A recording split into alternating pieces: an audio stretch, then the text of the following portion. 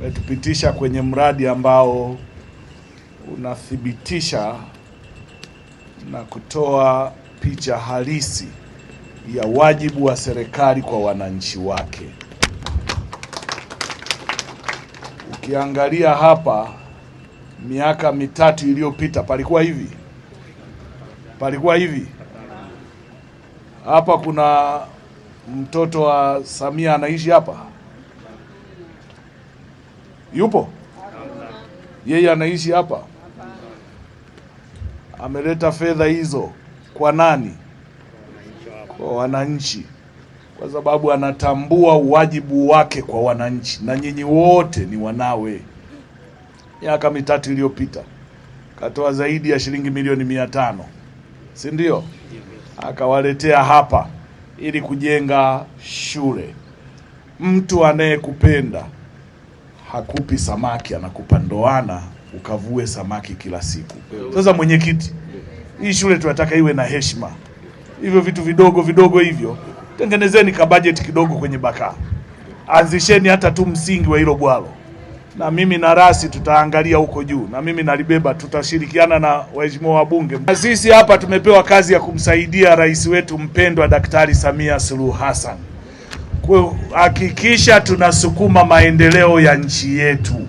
Lakini yako mengine ambayo unaweza kutusaidia pia kwa nafasi yako, kwa sababu wewe ndio mwenye dhamana ya kulea huu mkoa kwa nafasi yako ya waziri mlezi kwenye mkoa huu. La kwanza ni hili la A-level. Taratibu za kuanzisha A-level, Mheshimiwa Waziri. Moja, sera yetu ya Chama cha Mapinduzi inataka kila tarafa walao iwe na A-level moja. Na hii tarafa hii ni kubwa ya AS na ina watu wengi sana. Kutokuwa na A-level ni kutokuitendea haki.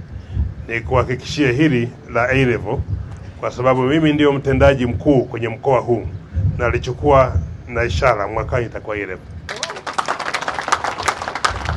Najua huyu ni Mnyamwezi kwa sababu nimekaa naye miaka mingi zaidi ya 10. Nafahamu uwezo wake kwenye hili, lazima atasema jambo kabla ya kutoka hapa. Ni kweli tutaanzisha, lakini tutaanzisha katika mazingira magumu kwa sababu ya bwaro. Na hawa watoto ili waweze kusoma na kula sehemu nzuri wanahitaji bwaro. Najua wewe ukianza, mimi na halmashauri tutamaliza. Sisi tunatoa shukrani kama mbunge wa jimbo kwa fedha nyingi sana serikali imewekeza katika shule hii ya sekondari.